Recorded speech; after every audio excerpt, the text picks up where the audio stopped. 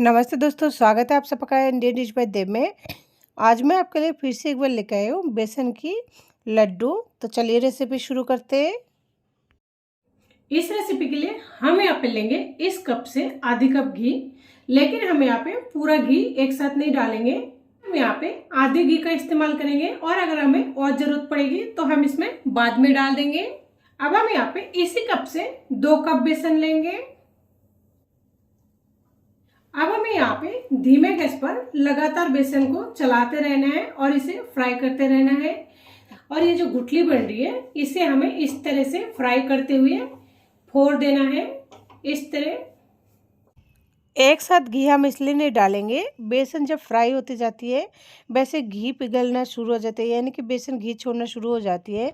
इस वजह से अगर ज़्यादा पतला हो जाएगा बेसन तो इससे लड्डू बनने में परेशानी होती है, इसलिए घी को हमेशा थोड़ा थोड़ा करके डालें। और अगर आप गैस को मीडियम करके बेसन को फ्राई करेंगे, इससे होगा ये बेसन जल्दी फ्राई हो जाएगी और उसका कलर डार्क हो जाएगा। इससे आपको लगेगा कि हाँ हमारा बेसन अच्छे से फ्राई हो चुके हैं, लेकिन जो बेसन के लड्डू का टेस्ट है वो हल्का कड़वापन आएगा। और इस तरह से अगर बनाएंगे तो बेसन की सूंधी सूंधी खुशबू आएगी, साथ ही इसका जो कलर है बहुत ही अच्छा आएगा। और बेसन के लड्डू के लिए आपको दानेदार बेसन लेना है, बारीक वाला बेसन बिल्कुल ना ले। ये दानेदार बेसन मार्केट में आसानी से मिल जाती है किसी भी किराना स्टोर पर। और अगर आपको फिर भी कोई परेशानी होती है तो आप इसके लिए 2 चम्मच सूजी ऐड कर सकते हैं। 2 चम्मच बेसन कम करके उसमें 2 चम्मच सूजी ऐड कर दे, उससे भी बेसन बहुत ही दानेदार बनेंगे। अभी आप देख पा रहे होंगे हमारे और बेसन और घी बिल्कुल परफेक्ट है। और अगर आपको कम लग रहा है तो फिर आप इसमें थोड़ा सा यानी 1 चम्मच घी और ऐड कर दें। तो चलिए अब हम इसमें 1 चम्मच घी और ऐड कर देते हैं। ये थोड़ा सा ड्राई लग रही है। अब हम इसे अच्छी तरह मिक्स कर देंगे। ध्यान रहे घी को हमें एक साथ बिल्कुल नहीं डालना है।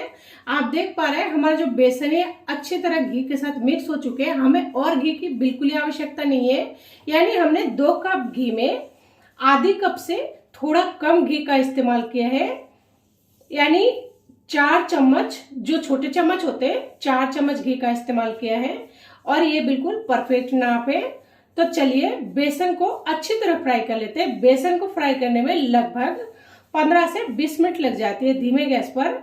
तो बेसन को फ्राई करने के लिए थोड़ा टाइम आपको देना पड़ेगा अगर आप चाहते हैं परफेक्ट लड्डू बने दानेदार। तो हमने बेसन को लगभग 18 से 20 मिनट तक फ्राई कर लिए हैं। आप देख पा रहे होंगे हमारे जो बेसन का कलर है ये हल्का डार्क हो चुका है। इसे इतना ही रखना है, इससे ज्यादा फ्राई नहीं करना है।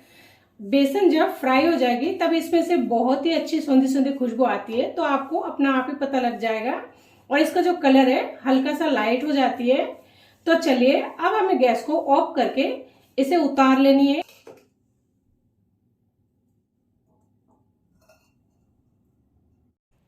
हमारा बेसन हल्का गुनगुना ठंड हो चुके हैं। अब हम इसमें मिठास मिला देंगे। मिठाई के लिए मैंने यहाँ पर लिए यानी कि चीनी को पाउडर बनाकर लिए। आप चाहे तो जिसे देसी चीनी कहते हैं बूरा, उसका भी इस्तेमाल कर सकते हैं, या फिर मिश्री का पाउडर का, जो भी आपको मीठा के लिए लेना अच्छा लगता है आप उसी का इस्तेमाल कर सकते हैं।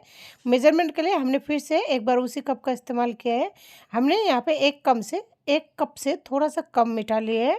साथ में मैं यहाँ पर ले रही हूँ 1 चम्मच ड्राई फ्रूट पाउडर। मैंने इसे बनाने के लिए 10-12 काजू 10-12 बादाम को पेस्ट बना लिया है। आप चाहे तो इसके बिना भी बना सकते हैं। मैं यहाँ पे ले रही हूँ 4 दरदरा कुटी हुई इलायची। अब हम मिश्रण को हाथों की सहायता से इस तरह अच्छी तरह मिक्स कर लेंगे। ध्यान रहे बेसन को हमें बहुत ज्यादा ठंडा नहीं करना है। गर्म बेसन में चीनी बिल्कुल ना डालें, क्योंकि अगर गर्म बेसन में आप चीनी डालेंगे इससे जो चीनी है पिघल कर पानी छोड़ना शुरू हो जाएगा, तो इससे आपके लड्डू बिल्कुल नहीं बन पाएंगे। और अगर कभी आपका लड्डू थोड़ा गीला बन जाता है तो आप इसके लिए उसे 5-7 मिनट के लिए छोड़ दीजिए।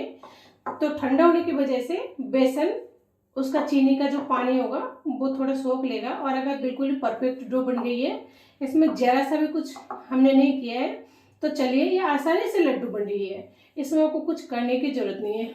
तो चलिए अब हम इसे जितने बड़े साइज का बनाना चाहते हैं आप उतने बड़े साइज का ले लें और हाथों से इस तरह दबाएंगे तो ये बहुत आसानी से लड्डू बनकर तैयार हो जाएगी।